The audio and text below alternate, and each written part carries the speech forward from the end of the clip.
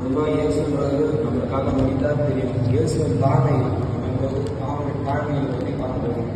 பிலிப்பியர் அதிகாரம் பிலிப்பியர் 2ஆம் அதிகாரத்தில் 7ஆம் வசனம் குறிப்பிட்டபடி நம்மை பெருமையாக்கி அடிமை ரூபம் எடுத்து மனுஷனாக அவர் குறிப்பிடுகிறது.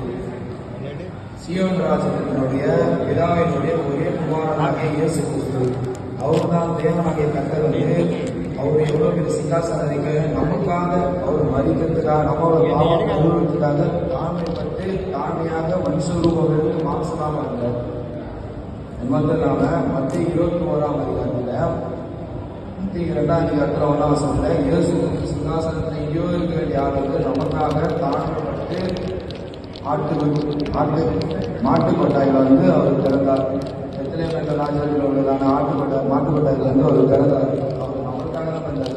அவர் ஏன் தாழ்மையாக இருக்காருன்னா அவரை பற்றி அவரை பார்த்து நம்ம அதுபடி தாழ்மையாக இருக்கலாம். மத்திய 21ஆம் அதிகாரத்தில் 2ஆம் வசனத்தில் சொல்கிறாரு, அதுவும் அந்த ஊரில் உள்ளதான கழுதை ஒன்று கட்டி போட்டு இருக்கும், அதை நீங்கள் கூட்டி வாருங்கன்றாங்க. கழுதை என்ற குறிப்பிடப்பட்டு தாழ்மையை குறிக்கிறது. அது மாத்திரம் இல்லாமல் மத்திய 18ஆம் அதிகாரத்தில் 4ஆம் வசனத்தில் நம்மள் லைக் ஸ்மால் சைல்டுன்னு சொல்கிறாங்க.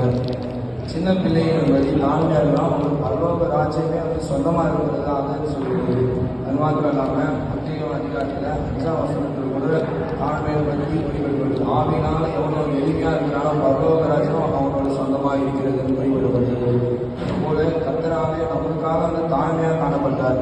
அதுபோல் நாமளும் தாழ்மை அவர் செய்ததான தாழ்மை அவரோட சாயலை அறிந்து கொண்டு தாழ்மையினால ஜீவித்து பரலோக ராஜ்யத்தில் நாம் ஆயத்தப்படணும். இதுதான் சின்னதாக கர்த்தருடைய தாழ்மையை பற்றி சொல்லி நாம் சொல்லுவோம். வாழ்வும் தாழ்மையும் மனரம்யமாக